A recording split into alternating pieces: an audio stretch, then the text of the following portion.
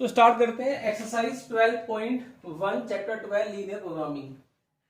जो इससे पहले वाली क्लास थी उसमें हमने सीखा था इसका इंट्रोडक्शन ऑफ लीनियर प्रोग्रामिंग, उसमें जो फीजिबल रीजन होता है वो कितने टाइप का होता है, किस तरह से बनता है, कॉर्नर पॉइंट्स क्या होते हैं, ऑप्टिमल सॉल्यूशन क्या होता है, ऑप्टिमल पॉइंट्स हमारे पास क्या होते हैं। अब हमारे पास जो है, कल हमने आपको बताया था फीजिबल रीजन दो टाइप का होता है, जिसके अंदर एक हमारे पास बाउंडेड होता है, ठीक, जिसका हमने एक क्वेश्चन पर डिस्कस भी किया था। फिर एक होता है हमारे पास अनबाउंडेड। तो आज जो हम ये क्वेश्चन करने जा रहे हैं ये अनबाउंडेड फीजिबल रीजन का है कि अनबाउंडेड के क्वेश्चंस हम अनबाउंडेड रीजन के क्वेश्चंस हम किस तरीके से सोल्व करेंगे।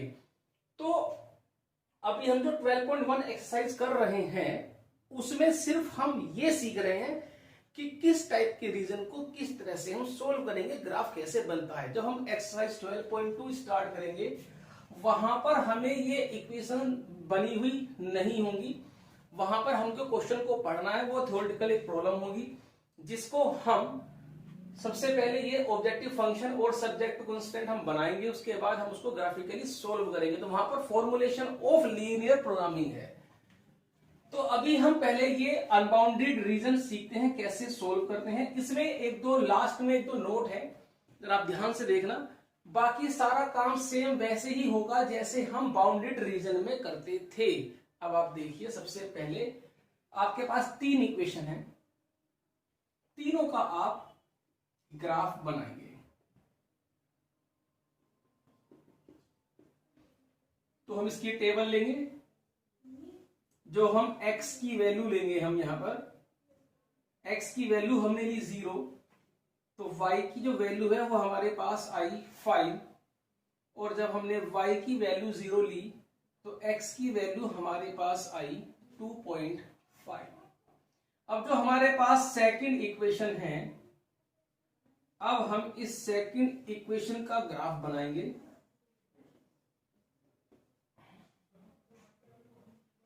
x की वैल्यू 0 लेंगे तो y की वैल्यू 3, y की वैल्यू 0 लेंगे तो x की वैल्यू हमारे पास आई 1। जो हमारे पास थर्ड इक्वेशन है, अब हम इसकी टेबल बनाएंगे।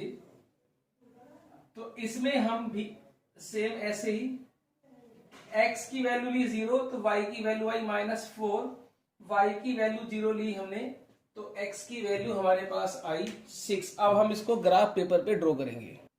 अभी हम इसको ग्राफ पेपर पे x axis y axis draw करेंगे। सेम प्रोसेस है बिल्कुल जैसे हम बाउंडेड में करते थे, सेम टू सेम ऐसे ही होना है, थोड़ा सा चेंज है एंड में आकर के, उसको अच्छे से समझना है बस।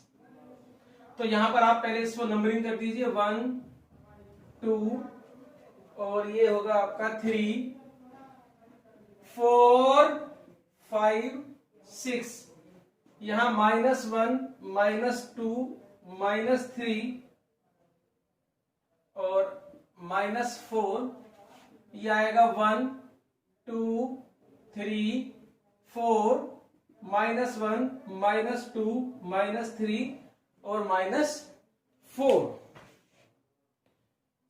पहला पॉइंट है हमारे पास 0,5, y की वैल्यू 5 है, थोड़ा सा वो ले लेते हैं ऊपर, ये है हमारे पास 5, तो ये हुआ हमारे पास 0,5। सेकंड पॉइंट है हमारे पास -2.5, यहां पर आएगा -2.5, -0। अब इस पॉइंट को दोनों को हम मिला देते हैं,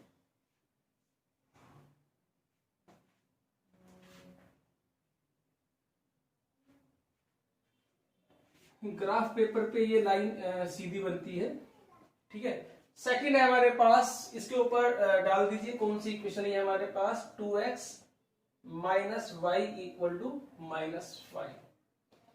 सेकंड है हमारे पास 0,3, ये है आपका 0,3। सेकंड पॉइंट है 1,0, ये है हमारे पास 1,0।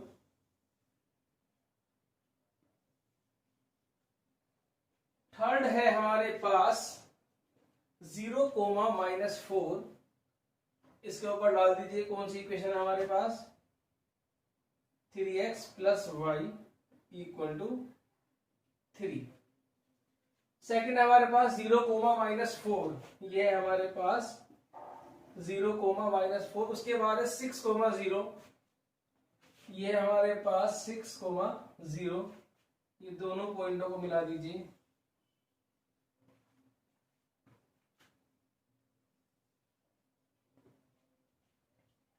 नाउ रीजन शेड करेंगे। रीजन शेड करने के लिए हम कौन सा पॉइंट लेते हैं? ले कोई सा भी पॉइंट सकते हो, इस पूरे कार्टेशियन प्लेन पर आप कोई सा भी पॉइंट ले सकते हो। बस ओरिजिन इसलिए ले क्योंकि हमारी जो कैलकुलेशन है वो थोड़ी छोटी हो जाती है। अब है पहली इक्वेशन 0, -0, 0 ग्रेटर देन -5। इसमें x के प्लेस पे 0, y के प्लेस पे जब हमने 0 पुट किया तो 0 ग्रेटर देन -5। क्या 0 -5 से बड़ी होती है? नहीं होती। ठीक है, तो इट मींस ओरिजिन ने इस इक्वेशन को सेटिस्फाई नहीं किया। ठीक है, तो जब इसको नहीं सॉरी उल्टा बोल दिया। 0 ग्रेटर देन -5, यस 0 तो -5 से बड़ी होती है, वो +5 मेरे दिमाग में था।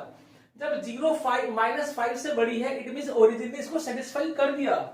ये जो हमारे पास इक्वेशन है, ये इसका जो रीजन शेड होगा वो ओरिजिन जिधर होगा, ये मतलब टुवर्ड्स द ओरिजिन।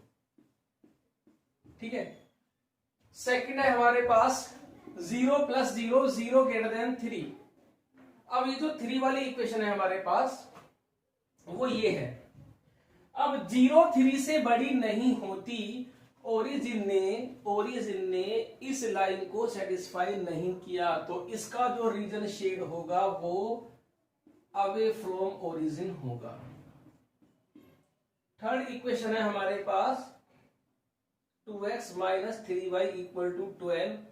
इसमें जब हम थर्ड में रख के देखेंगे तो 0 लेस देन 12, 0 12 से छोटी होती है, 0 इज लेस देन 12। इसका मतलब जब 0 12 से छोटी है तो इट मींस ओरिजिन ने इसको सेटिस्फाई कर दिया। ये है वो लाइन, तो इसका रीजन ओरिजिन की तरफ शेड होगा। अब बात आती है कॉमन रीजन की, जिसको हम बोलते हैं फीजिबल रीजन। जो हमारे पास फीजिबल रीजन है वो हमें ढूंढ रहा है। ठीक है, लास्ट में क्या लिखा है ये जरूर देख लेना, x ग्रेटर देन 0 और y greater than equal to 0। It means जो हमारा रीजन आएगा, कॉमन रीजन जो आएगा वो फर्स्ट क्वाड्रेंट से देखना है। फर्स्ट क्वाड्रेंट हमारे पास ये है। तो अब ये पोर्शन ऐसा है जहां पर इसकी भी लाइनें आ रही हैं, इसकी भी लाइनें आ रही हैं और इसकी भी लाइनें आ रही है। ध्यान से देखना, इसका रीजन शेड किया वो भी इसमें आया, इसका शेड किया वो भी इसमें आया, इसका शेड किया वो भी इसमें आया। तो जो हमारे पास ये वाला जो रीजन है, यहां से स्टार्ट, इसको थोड़ा डार्क कर दीजिए जिससे कि अलग से दिख जाए। पेंसिल से थोड़ा सा इसको डार्क कर देंगे हम, तो ये इधर जाएगा और फिर ये इधर जाएगा। अब जो हमारे पास फीजिबल रीजन है, इसको ध्यान से देखिए, ये अनबाउंडेड है क्योंकि यहां से भी बाउंड है, यहां से भी बाउंड है, यहां से भी बाउंड है, बट ये ऊपर से अनबाउंडेड है। इसका मतलब क्या हुआ कि ये सारे पॉइंट, जितने भी पॉइंट हैं कहीं भी ले लीजिए, वो सब पॉइंट्स इन कंडीशंस को सेटिस्फाई करेगा। हमें कौन सा पॉइंट लेना है ये सुनिए ध्यान से जरा। अगर ये ना दिया होता, ऑब्जेक्टिव फंक्शन अगर ना दिया होता तो ये इसका आंसर है। उस केस में हुआ कि इन तीनों इक्वेशन को हमें सोल्व करना है, मतलब वो सारे पॉइंट्स ढूंढने हैं जो इन तीनों को सेटिस्फाई करे। ये कॉमन रीजन है, इसमें जितने भी पॉइंट हैं वो इन तीनों को सेटिस्फाई करेंगे, लेकिन हमें कौन सा पॉइंट लेना है जिस पॉइंट पर ये z मिनिमम होगा, z की वैल्यू कम से कम होगी। तो अब जो कॉर्नर पॉइंट्स हैं वो इकट्ठे कर लीजिए। एक कॉर्नर पॉइंट है 6,0, एक है 0,1, एक है 0,3, एक है 0,5। तो यहां पर एक छोटी सी हम टेबल बनाएंगे, उस टेबल को मैं इधर बना देता हूं।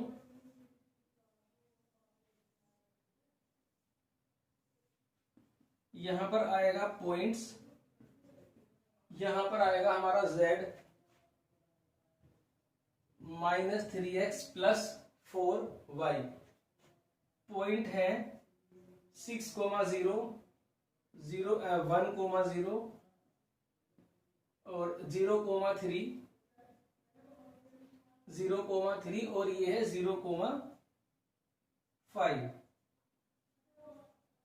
अब ये तीनों पर हम z की वैल्यू निकालते हैं। 0,6 अगर हम डालते हैं तो z की वैल्यू आई -18। 1,0 डालते हैं तो -3, 0,3 डालते हैं तो 12, 0,5 डालते हैं तो आएगा 20। हमें देखना कौन सा है मिनिमम। तो मिनिमम कौन सा है? मिनिमम आया हमारे पास ये। अब प्रॉब्लम क्या है वो आपको बताता हूं, ठीक है। अगर ये बाउंडेड होता तो क्वेश्चन मेरा यहां पर खत्म था। ये मिनिमम z हो गया और ये x की वैल्यू 6 और y की value 0 is the answer. But ये अनबाउंडेड है। अनबाउंडेड में प्रॉब्लम क्या है? ये लास्ट जो अनबाउंडेड की प्रॉब्लम है वो ध्यान से देखनी है अब आपको, ठीक है। अनबाउंडेड में 3 टाइप के क्वेश्चन बनते हैं, जिसमें से पहली टाइप में ये लेके चल रहा हूं। 2 क्वेश्चन अभी और सोल्व करूंगा, उसके बाद हम एक्सरसाइज नेक्स्ट एक्सरसाइज लेंगे। अब प्रॉब्लम क्या है कि जो ये कॉर्नर पॉइंट है, इस मेथड का नाम है कॉर्नर पॉइंट मेथड। ये जो कॉर्नर पॉइंट है, मिनिमम या मैक्सिमम अगर आएगा इस मेथड में तो इन्हीं में से ही आएगा। मतलब ये हुआ कि इस ऑब्जेक्टिव फंक्शन की जो मिनिमम वैल्यू है वो -18 है। ये बात तो 100% श्योर है। कोई सभी पॉइंट ले लीजिए, -18 से छोटा नहीं आ सकता। जब -18 से छोटा नहीं आ सकता, चाहे आप लेके देख सकते हैं रेंडमली कोई भी पॉइंट ले लीजिए। जैसे ये पॉइंट ले लिया हमने 3,3, भाई इस रीजन में पड़ रहा है। 3,3 जब आप इसमें डालोगे -9 + 12 3 आएगा, ठीक है। तो -18 से छोटा नहीं आ सकता। फिर प्रॉब्लम क्या है? प्रॉब्लम ये है कि चलो ठीक है, -18 से छोटा तो नहीं आ सकता, बट क्योंकि ये अनबाउंडेड है तो ऐसा पॉसिबल है कि इसके अलावा इसमें और भी काफी सारे पॉइंट हो सकते हैं जिस पर इसकी वैल्यू -18 आ जाए, मे बी। क्योंकि बाउंडेड में तो कॉर्नर पॉइंट हमारे पास लिमिटेड है, इसमें इधर कॉर्नर पॉइंट नहीं आ रहा। तो ऐसा पॉसिबल है कि इस पूरे रीजन में कोई और, ये तो बहुत बड़ा रीजन हुआ क्योंकि तो अनबाउंडेड है पूरा का पूरा। तो पॉसिबल है कोई ऐसा पॉइंट हो जिस पर आंसर -18 आ रहा हो। एक से ज्यादा भी हो सकते हैं, 10 पॉइंट भी हो सकते हैं, इनफाइनाइट पॉइंट भी हो सकते हैं जिस पर -18 आ जाए। अब इस केस में क्या होगा? अब कैसे पता करें कि इस रीजन में इसके अलावा और भी कोई पॉइंट है या नहीं है, उसका कैसे पता करेंगे? अब ये देखिए, इसमें 2 केस पॉसिबल हैं। या तो सॉल्यूशन एग्जिस्ट करेगा या नहीं करेगा। करेगा तो -18 से छोटा तो हो नहीं सकता, ये बात तो पक्की है। और एग्जिस्ट नहीं करेगा, मान लीजिए इसमें ऐसे इनफाइनाइट पॉइंट आगे जिन पे -18 है, तो उस केस में हम लिखेंगे सॉल्यूशन डज नॉट एग्जिस्ट। क्यों? फिर कौन सा पॉइंट लें?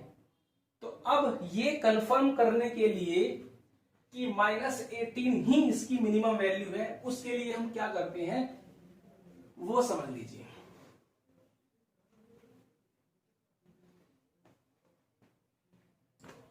ये z की वैल्यू है, इसमें डालेंगे। जो हमें ऑब्जेक्टिव फंक्शन दिया है ये उसकी वैल्यू है। z की वैल्यू -18 हम यहां डालेंगे तो एक इक्वेशन बन के आएगी ये। यहां ध्यान से देखना, ये जो z की वैल्यू है ये नेक्स्ट स्टेप है। बाउंडेड में तो हम यहां खत्म कर देते हैं, अनबाउंडेड में ये वाला काम हमें करना होता है। ये जो z की वैल्यू है वो यहां पर डाल दीजिए, तो एक लाइन बनेगी हमारे पास, स्ट्रेट लाइन। अब इस स्ट्रेट लाइन की हम टेबल बनाएंगे। और ये भी आपको ध्यान रखना, ये मिनिमम है, ठीक है। तो मिनिमम का मतलब ये हुआ कि इससे छोटी वैल्यू नहीं हो सकती। अब हम इसकी टेबल बनाएंगे। यहां पर ये और ध्यान रखना कि जो 3x + 4y यहां पर आएगा लेस देन, क्योंकि इससे छोटी वैल्यू हमें ढूंढनी है। अगर मिलती है तो इससे बड़ी तो हो नहीं सकती, ये बात तो पक्की है। इससे छोटी ढूंढेंगे, तो अगर मैक्सिमम होगा तो ग्रेटर देन का साइन बनाना है, मिनिमम होगा तो लेस देन का साइन बनाना है। अब इसका हम ग्राफ ड्रॉ करेंगे। ग्राफ कैसे ड्रॉ होगा, यहां पर y की वैल्यू ली 0 तो x की वैल्यू 6, एक पॉइंट तो यही आ जाएगा।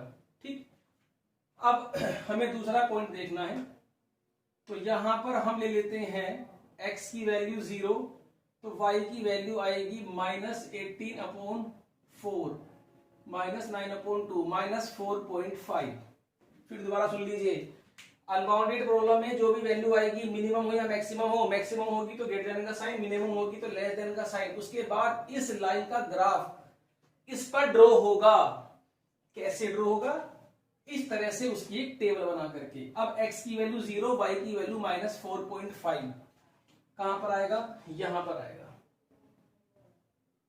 यह आएगा -4.5 सॉरी 0, यहां आएगा ये, यहां 0, -4.5 और 6,0 हमारे पास यहां है। ठीक है, अब हम क्या करेंगे, इन दोनों पॉइंट को आपस में मिला देंगे ऐसे। और ये ध्यान रखना, ये जो लाइन है ये हमेशा डॉटेड बनेगी। डॉटेड क्यों बनेगी, आपने 11th क्लास में पढ़ा होगा, जब लेस देन इक्वल टू का साइन होता है तो सीधी स्ट्रेट लाइन बनती है, अगर इक्वल टू का साइन नहीं है तो वो लाइन डॉटेड बनती है, डॉट बनाएंगे। अब आपने 10th क्लास में भी पढ़ा था कि इस लाइन पर जितने भी पॉइंट लाई करेंगे, जैसे ये लाइन है, ठीक है, ये लास्ट बात है, सुन लीजिए ध्यान से, इस पे इस स्ट्रेट लाइन पे कोई सा भी पॉइंट ले लो, कोई सा भी पॉइंट ले लो, आप कोई सा भी पॉइंट ले लो, उन सब पे वैल्यू -18 आएगी 100%। क्योंकि जब आपने 10th में जब हम ग्राफ बनाते थे ऐसे, तो सपोज करो ये इसका ग्राफ है, तो इन सब पॉइंटों पर जितने भी पॉइंट हैं उन सब पॉइंट पर आंसर आएगा -18। तो ये तो प्रॉब्लम हो गई। क्या प्रॉब्लम हुई, देखिए इस पॉइंट पर भी -18। हमें सिर्फ ये देखना है कि ये जो हमने लाइन ड्रॉ करी है इसके ऊपर ऐसे कितने पॉइंट हैं जो रीजन के अंदर आ रहे हैं। अब यहां से लेकर के यहां तक का जो लाइन है ना, ये जो लाइन है इसका एक पार्ट जो लाइन सेगमेंट है बिटवीन द एक्सिस, हम कह सकते हैं ये यहां से लेके यहां तक, इस पे पॉइंट है, ये जितने भी पॉइंट हैं सब पे आंसर कितना आएगा, -18 आएगा। अब मैंने क्या कहा था आपसे कि हमें देखना है कि इस रीजन के अंदर कोई ऐसा पॉइंट तो नहीं है जिस पर -18 आ रहा है। इनफाइनाइट पॉइंट है, इस पर भी -18, इस पर भी -18, इस पर भी -18, इस पर भी -18, इस पर भी -18। तो इस रीजन के अंदर तो फिर हमें बहुत सारे पॉइंट मिल गए। अब इतने पॉइंट मिल गए तो हमें लेना कौन सा है भाई, ये ले, ये ले, ये ले, ये ले या ये ले। तो ऐसे केस में हम लिखते हैं सॉल्यूशन डज नॉट एग्जिस्ट। अगर, सुन लीजिए, इसमें 3 केस बताऊंगा मैं आपको, ये मेरा पहला केस है। अगर ऑब्जेक्टिव फंक्शन से बनने वाली लाइन अगर रीजन के अंदर पहुंच जाए तो उस केस में लिखेंगे सॉल्यूशन डज नॉट एग्जिस्ट, क्योंकि इन सब पॉइंटों पर आंसर आएगा -18। तो इस रीजन के अंदर एक से ज्यादा पॉइंट हैं, तो लिखेंगे solution does not exist. So video को पॉज करके आपसे नोट करिए। सो लास्ट में लिखेंगे since z equal to -3x + 4y has common points of feasible region, क्योंकि कॉमन पॉइंट्स है, ये जो लाइन है फीजिबल रीजन के कॉमन पॉइंट्स रखती है। मैंने क्या कहा था कि ये जो इक्वेशन है अगर इसके फीजिबल रीजन से कॉमन पॉइंट मिलते हैं, क्योंकि हमें एक से ज्यादा पॉइंट मिल गए, तो यहां पर हम क्या लिखेंगे, has common points of feasible region, hence minimum value of z does not exist, solution does not exist. Problem आ गई ना कि अब इस पर भी -8 इस पर भी, देखो ये है वो फीजिबल रीजन जिससे हमें आंसर मिलेगा। इस रीजन में मुझे बहुत सारे पॉइंट मिल रहे हैं, इनफाइनाइट पॉइंट मिल रहे हैं, तो मैं कौन सा लेना, तो ऐसे केस में हम क्या लिखेंगे, सॉल्यूशन डज नॉट एग्जिस्ट। मैंने आपसे कहा था कि अनबाउंडेड जो प्रॉब्लम होती है उसमें 3 टाइप से हमारे केस बन सकते हैं। मैंने पहला केस आपको बना के दिखा दिया कि अगर ये जेड वाली इक्वेशन रीजन के अंदर आ जाती है तो उस केस में लिखेंगे सॉल्यूशन डज नॉट एग्जिस्ट। तो अभी हम इसका एक टाइप का क्वेश्चन और देखते हैं। क्वेश्चन हमारे पास जिसमें हमें अनबाउंडेड प्रॉब्लम की जो दूसरी जो कंडीशंस होगी उससे रिलेटेड ये प्रॉब्लम है। सबसे पहले तो दोनों इक्वेशंस की टेबल बनाइए।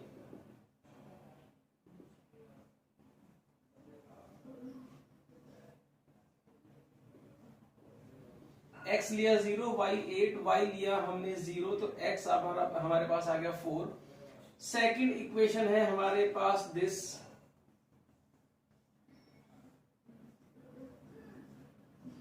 x लिया 0, y आ गया 5, y लिया 0, x आ गया हमारे पास 10। अभी जो चीज कॉमन है पहले इसे कंप्लीट कर लेते हैं। देखिए इसके जरूर लिखना है, x की वैल्यू 10 है हमारे पास, तो ये हो गया 1 2 3 4 5 6 7 8 9 10, और y है हमारे पास 8, ये 1 2 3 4 5, थोड़ा ऊपर तक ले लेते हैं,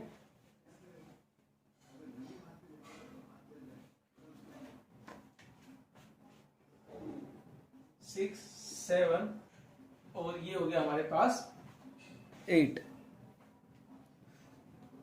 यहां से -1 -2 -3 -4 1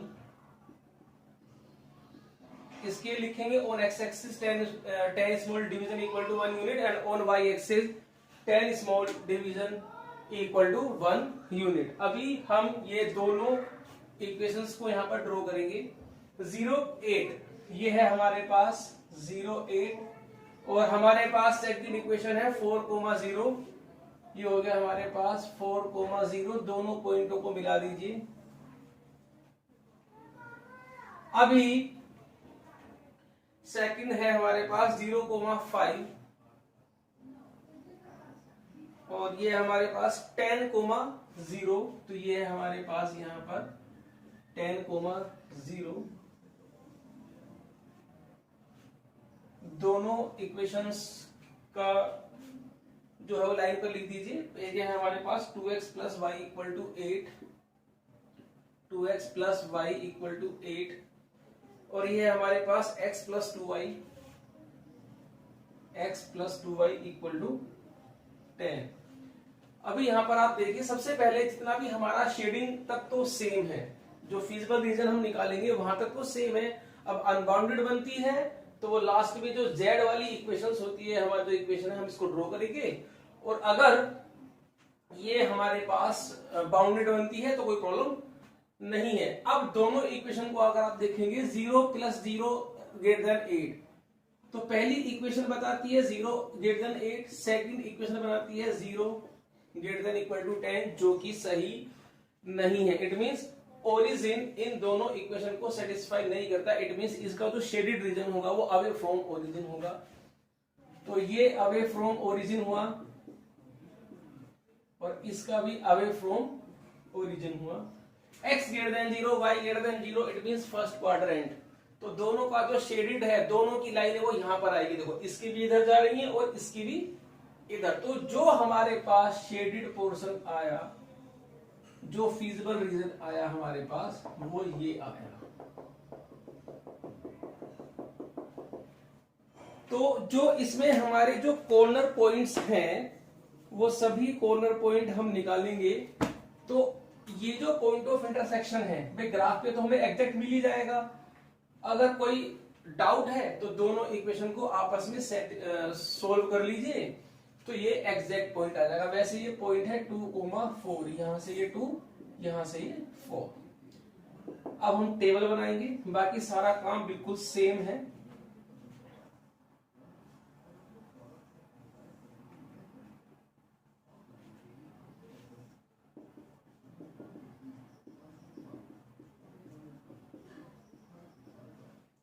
पहला पॉइंट है 0,8, फिर है 2,4, फिर है 10,0। यहां से z की वैल्यू आएगी,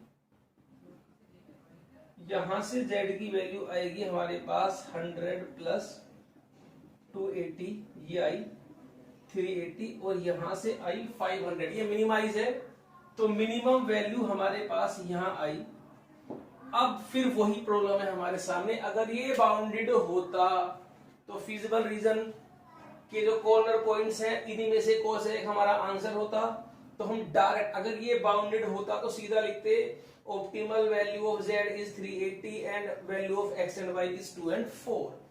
अब फिर प्रॉब्लम है हमारे सामने क्या कि अब हमें कंफर्म करके दिखाना पड़ेगा कि इस जो ये हमारा कॉमन रीजन है इसमें इसके अलावा 2,4 के अलावा कोई और पॉइंट तो नहीं आ रहा। अगर मान लीजिए कोई यहां पर ये बहुत सारे पॉइंट हैं, अगर यहां पर हमें काफी सारे पॉइंट ऐसे मिल जाए जिन पर वैल्यू 380 आएगी तो फिर सॉल्यूशन डज नॉट एग्जिस्ट। तो अब आपको क्या करना है, अब आपको जो z वाली ऑब्जेक्टिव फंक्शन है उसकी आप लाइन बनाएंगे। ये है हमारे पास 50x plus 70y less than 380। सबसे पहला काम ये होगा। अब हम क्या करेंगे, इसमें से 10 कॉमन ले लीजिए। अब हम इसकी टेबल बनाएंगे और फिर इस लाइन को ड्रॉ करेंगे।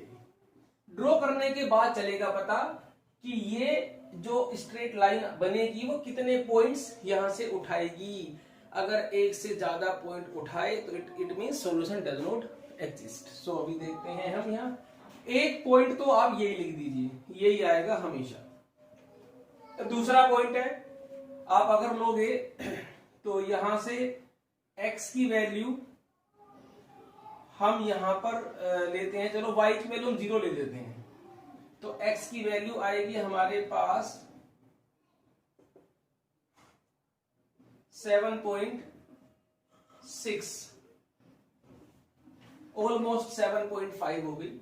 अब हम इसको ड्रॉ करते हैं, ठीक है। अब सुनना ध्यान से, 2,4 ये है 7.6 करीब यहां आएगा, ये आएगा हमारे पास 7.6,0।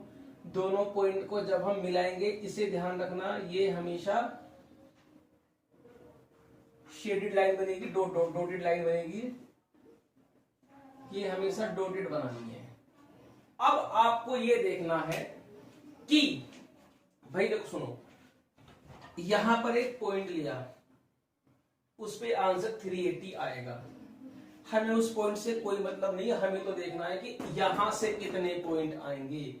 ये लिया, ये लिया, ये जितने भी पॉइंट मैं ले रहा हूं उन सब पे आंसर आएगा 380। बट हमारे लिए वो बेकार है क्योंकि वो सभी पॉइंट्स इन दोनों इक्वेशंस की जो कंडीशन है, जो हमारे सब्जेक्ट टू कंस्ट्रेंट है, उनको सेटिस्फाई नहीं करेंगे। और जो सेटिस्फाई नहीं करेंगे हमारे लिए बेकार है।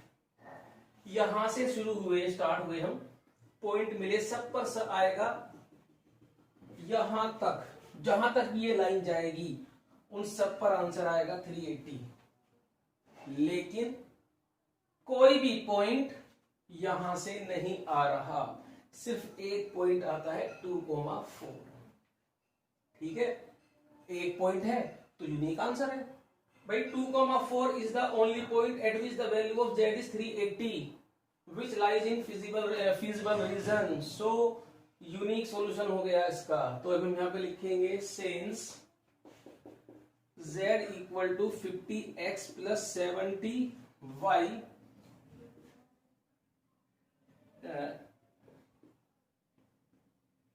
does not have common points other than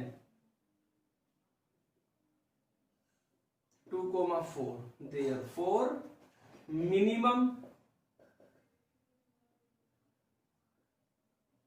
value of z 380 and x equal to 2 and y equal to 4, ये हमारे पास ऑप्टिमल सॉल्यूशन हो गया। सो मैंने आपको बताया था कि अनबाउंडेड में 3 तरह की कंडीशंस बनती है, जिसमें से 2 टाइप के क्वेश्चन मैंने सोल्व कर दिए। एक टाइप तो वो होती है जिसमें ये जो z वाली इक्वेशन है अगर वो ऐसे अंदर चली जाती तो फिर यहां पर आता है, एक यहां पर आएगा है फिर वहां पे आता 50x plus 70y have common points, ठीक है।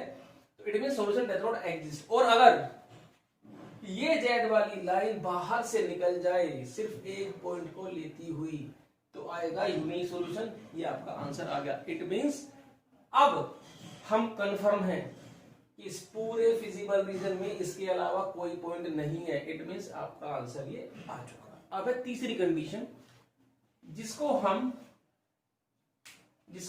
नेक्स्ट क्लास में डिस्कस करेंगे।